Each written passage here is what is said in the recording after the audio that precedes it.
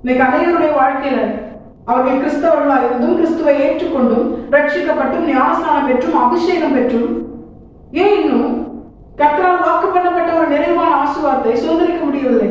அதற்கு ஒரே ஒரு காரணம் தான், அவர்கள் சத்தியத்தை விட்டு சமாதானத்தை தேடுகிறார்கள்.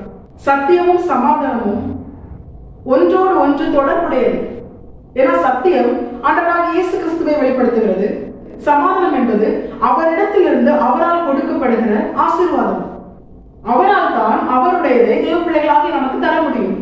இன்னைக்கு அநேகர் அவரிடத்திலிருந்து பெற்றுக்கொள்கிற நன்மைக்காக பிரயாசப்படுறாங்க, ஆனா அவரையோ தேடாமல் மறந்து போறாங்க. இயேசு கிறிஸ்துவை விட்டுவிட்டு அவரிடத்திலிருந்து கிடைக்க போகிற நன்மைக்காக எதிர்பார்த்திருந்தால் அந்த மனுஷனுடைய அந்த முடிவு எப்படி இருக்கும் தெரியுமா? ஏமாற்றமா இருக்கும். ஒரு மனுஷன் தன்னுடைய வாழ்க்கையில எந்த வாக்குத்தத்தத்தை சுதந்திரித்தாலும், எந்த நன்மையை பெற்றுக்கொண்டாலும், ஆசீர்வதிக்கப்பட்டாலும், உயர்ந்த பதவியோ பேர் புகழ் பட்டம் எந்த ஒரு ஆசீர்வாதம் இந்த உலக பிரகாரமாய் அவன் பெற்றுக்கொண்டாலும் அது நிமித்தம் அவனுக்கு ஒரு சமாதானம் இல்லைன்னா அந்த நன்மையினால அவனுக்கு எந்த பிரயோஜனமும் இல்லை.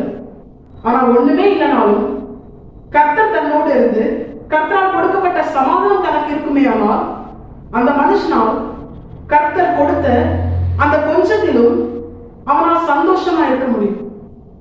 ஏன் தெரியுமா? எல்லா புத்திக்கும் மேலான ஒரு தேவ சமாதானம் அவனுடைய இருதயத்தை அது ஆளுகை செய்கிறது. அப்படிப்பட்ட மனுஷனை கர்த்தர் நிச்சயமா என்ன பண்ண மாட்டாரு, அப்படி வெறுமையாவே விட்டுற மாட்டாரு.